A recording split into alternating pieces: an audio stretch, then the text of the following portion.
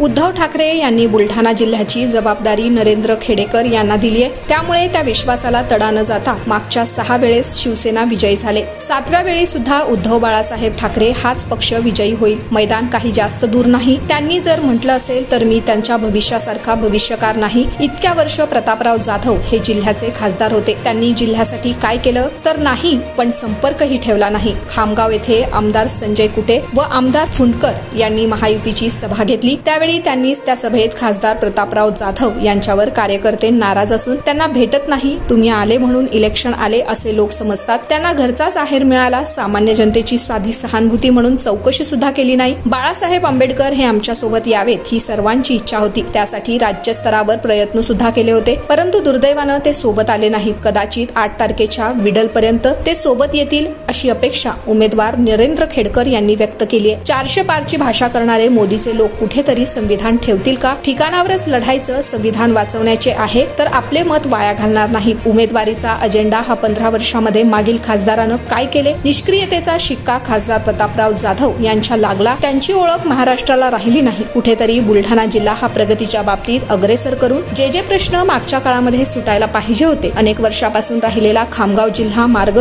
बुलढाणा जिल्ह्याच्या बेरोजगारांना कुठेतरी काम मिळेल। खामगाव येथील वर्धन सिंटेक्स बंद केला। ज्या ठिकाणी मागे पडलो आहे, निश्चित त्यासाठी निवडणूक लढवणार आहे।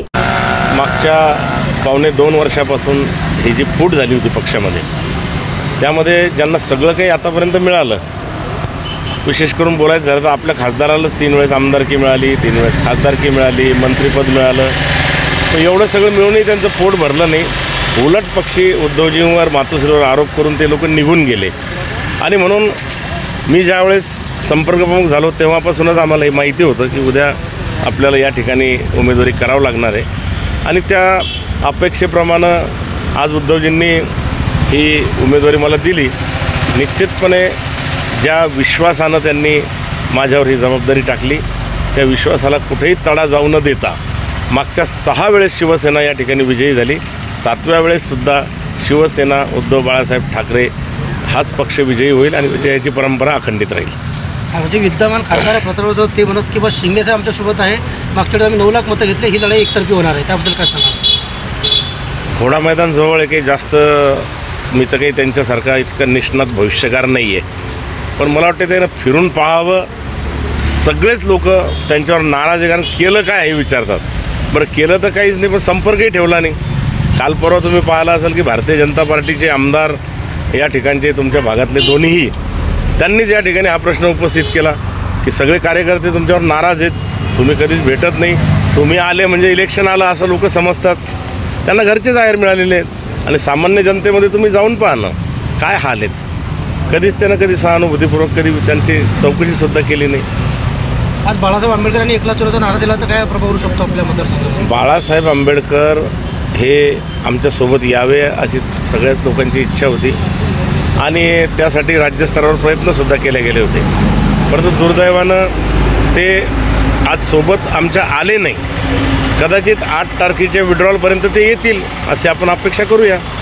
आणि तसं जर झालं नाही तर आपण जर आंबेडकरी जनतेचा जर सूर जर पाहिला, निश्चितपणे ते हेच सांगतात की 400 पारची भाषा करणारे मोदीचे लोक कुठंतरी संविधान ठेवतील का ठिकाणावर? मग आपली लढाई जर संविधान वाचवण्याची आहे तर आपले मतं वाया घालणार नाहीत ते लोक, ते स्वतः सांगतात। आम्ही काही पुन्हा मतप्रयोग त्या ठिकाणी करणार नाही। आपण आपल्या प्रचाराला सुरुवात केली आहे, श्रींचं दर्शन घेऊ, त्याचं दर्शनाला जाणार आहे। हे पहा, मी खामगावमध्येच माझं 8व्या 9व्या 10व्या वर्गाचं शिक्षण झालं। त्यानंतर मी अमरावती पॉलिटेक्निकला शासकीय तंत्रनिकेतनला होतो, पण माझं 77 ते 84 असं त्या ठिकाणी 8 वर्षाचं वास्तव्य या ठिकाणी खामगावमध्ये राहिलं। मी गजानन महाराजांचा तसाही भक्त आहे, मी सातत्यानं दर्शन करतच असतो या भागामध्ये दौऱ्यावर आलो तर। पण अधिकृतपणे उमेदवारी जाहीर झाली का असंच आम्हाला सातत्यानं कालपर्यंत लोक विचारत होते, कारण काही बाहेरचे लोक आमच्या पक्षाकडून येण्याचा प्रयत्न करत होते, काही अफवाही होत्या।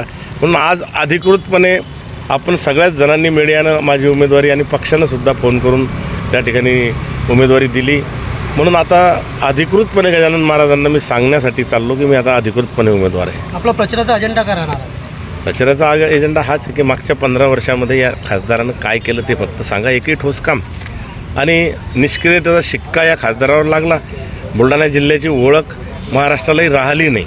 म्हणून कुठंतरी बुलढाणा जिल्हा विकासाच्या प्रक्रियेमध्ये अग्रेसर करून जे काही प्रश्न मागच्या काळामध्ये सुटायला पाहिजे होते, विस्तारानं बोलायचं झालं तर खामगाव जालना रेल्वे लाईन हा मार्ग 112 वर्षापासूनचा आहे. मोदीजी या ठिकाणी 2014ला आल्याने लोकांना विचारलं खामगाव जिल्हा व्हा की नाही व्हा, खामगाव जालना रेल्वे लाईन होई की नाही होई. मग आता कोण करणार? मोदीजीची गॅरंटी म्हणता. मग आता केंद्रातही सरकार आहे, राज्यातही सरकार आहे, हे प्रश्न सुटायला पाहिजे. संत गजानन महाराजांचा विकास आराखडा किती धीम्या गतीने सुरू आहे. या ठिकाणी आपल्या जिल्ह्यामध्ये असं एकही उद्योग नाही MIDCमध्ये की 1000-2000 तरुणांच्या हाताला काम मिळेल. उलट खामगावसारख्या MIDCमध्ये एक वर्धन सेंटर होता, तोच बंद करून टाकला यांनी. आणि म्हणून कुठंतरी ज्या भागामध्ये आपण मागं पडलेलो आहोत ते निश्चितपणे जिल्ह्याला पुढे नेण्यासाठी पण प्रयत्न करणार आहे. नक्कीच दोन्ही जे आमदार आहेत जळगाव खामगावच्या आमदारांनी नाराजी व्यक्त केली होती किंवा खासदार सभेचं दिसत नाही, कार्यकर्त्याच्या भावना बोलून दाखवल्या होत्या. तर आपण खामगावकरता काय करणार समजा निवडून आले तर? खामगावकरता जे काही करता येईल त्यासाठी विशेष करून आपल्या परिसरामध्ये मोठा विषय हा बेरोजगारीचाच आहे, सिंचनाचा विषय आहे. त्यानंतर आपण जर पाहिलं तर हा खामगाव जालना रेल्वे लाईन हा आपला कळीचा मुद्दा आहे. 112 वर्षापासूनचा प्रश्न आहे. तो इलेक्शन आलं की होराला म्हणतात, फटाके फोडतात. तो काही अजून झाला नाही. तोही पूर्णत्वास नेण्यासाठी मी त्या ठिकाणी निश्चितपणे प्रयत्न करेन.